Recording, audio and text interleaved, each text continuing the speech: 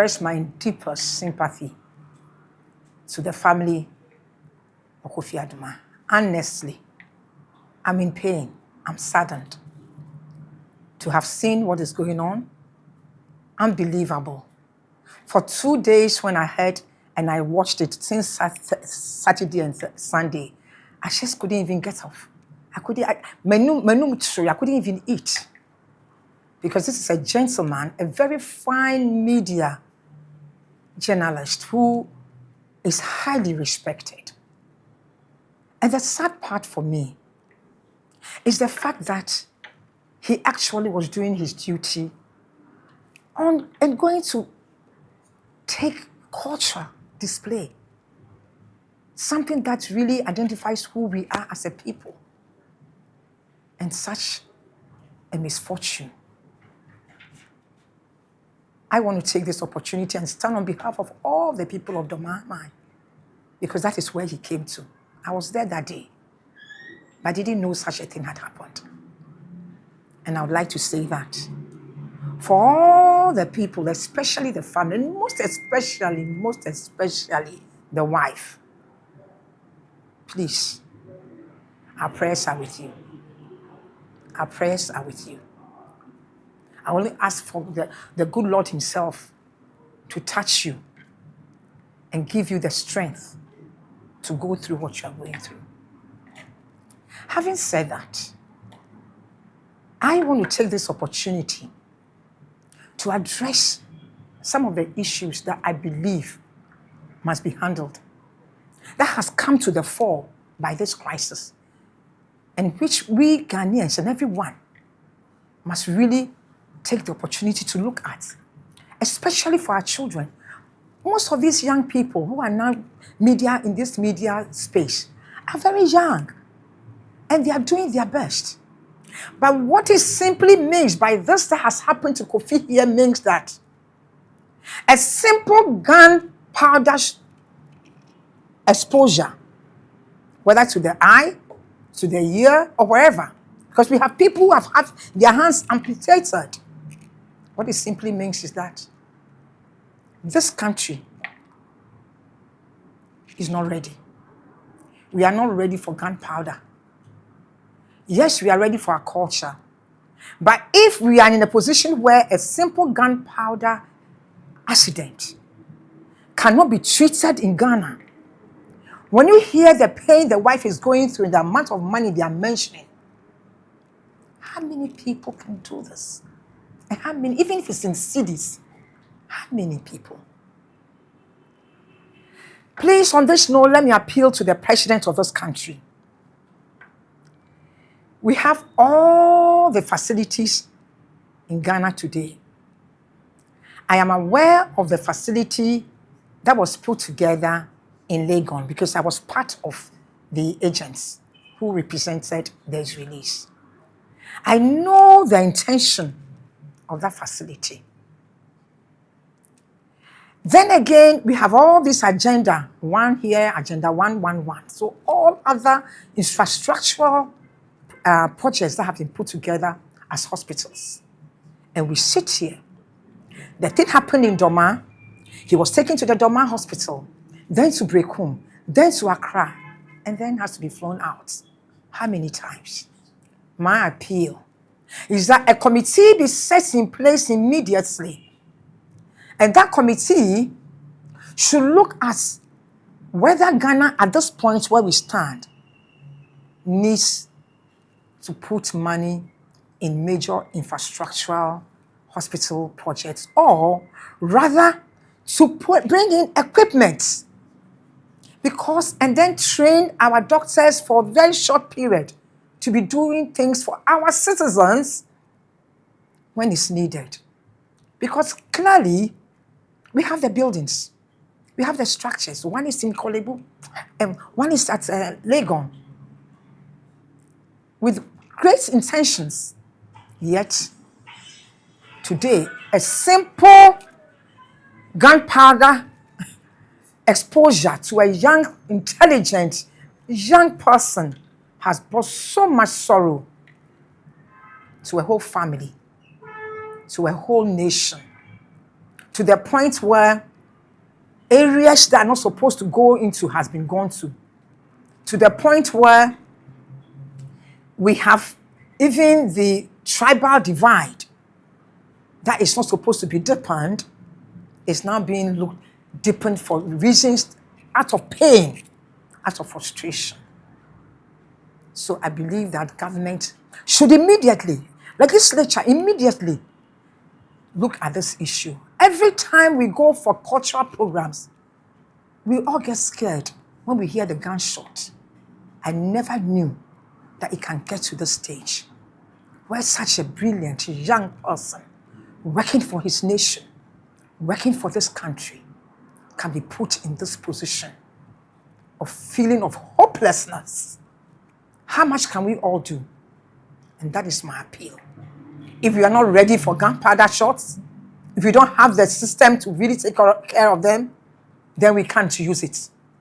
It must be suspended until when Ghana is ready to treat our young people, it's ready to treat its nation, its citizens, when there is such episode.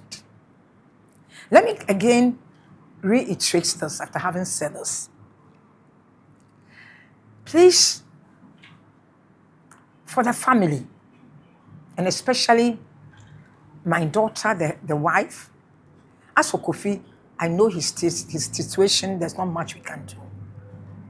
I'm not here to give brief for anyone, but I want to appeal, especially for the people of Banda.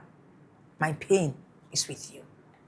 I, Nana Frimpoma, a Doma person sitting here, I was a queen mother for almost 20-something years. Today, I'm a state person, I'm into politics, but understand the traditional system thoroughly. I want to assure everyone, especially the family in Banda, that have loved ones in Banda. I have family members married to Banda people. We are one people.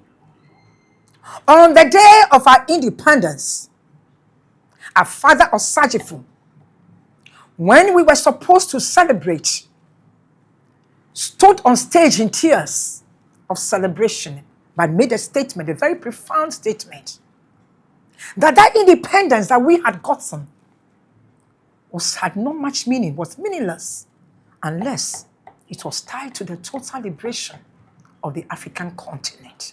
We saw the unity of Africa as the way forward for us to get the economic impact that we needed as a people, as a nation. Today, look at where we are. And so I would appeal that in Ghana, let's get together. Where somebody is from a Kusasi person, someone from Pando, from Doma, it does not matter. An injured person must get the help he needs. Whether the person is a top media person or just a person on the street, must get the help he needs or she needs. And when something happens, traditionally, the top people like my chief or Osagyefo will not be the first person to walk to the house or come and find out what happened. I know what I'm talking about. But there are structures and systems in place. Even me, as I sit here, before I go somewhere, I send my PR person, I send people to find out. He sent his right-hand person. He will say, Nepoma. Nana Dekusi, may you rest in perfect peace. As I speak, tears might come to my eyes. He was the chairperson of that committee that handled the cultural in Doma, the festival. So he was there. He was sent. He's the one that does everything for the chief when something happens. Yet, when God takes something away from us, there's nothing we can do. Whilst in the process, he passed on. A very sad thing that has happened to we, the people from Doma and the entire nation and all his friends and family. So, like again, not to hold brief, Yet he got up and all he heard one day was people making statements online. I want to assure you, my dear sister, my daughter, and once you are now on the stool, my mother, we are with you, okay? I feel your pain. It is not a Doma and a Banda issue. Neither, it is just purely a human institutional thing that must be addressed. And sometimes, the way all these other nations have developed, let me tell everyone listening to me, it has developed when issues like this come up, and it is addressed dispassionately, it is addressed without deepening tribal sentiments and addressing the issue. Maybe if it was somebody else's child, maybe if it was the big men, as we all know, we might not even have heard much because there will be money to fly out and take care of them. But today, I'm telling you, there are several people that have gone through this case, that have gotten injured by gunpowder and have not been addressed. And today, I want to tell my son Kofi, wherever he is, that our prayers are with you. And that I'm not surprised to some extent that an injury to you has brought to the fore a problem that must be addressed. I'm calling upon the youth of this nation. I'm calling upon all of you, the media houses. Go ahead and demand that the right thing to be done. Go ahead and make sure that the hospitals are equipped enough. We should not build no more hospital infrastructure unless the very hospitals that we have been properly equipped to take care of you when you have such issues. And if we can't, like I said, choose ordinary gunpowder, let's hold on to such activities at the festival as our cultural displays until we can have the proper systems to take care of the injured. That's all I'm pleading for. And that is all I can say that, oh, Kofi, my prayer is with you. Our prayer is with you and the family. From my heart to your heart. From my heart to you. May God hear our prayer. And we'll all do everything financially to support you. Everything that we can do. Erade and count.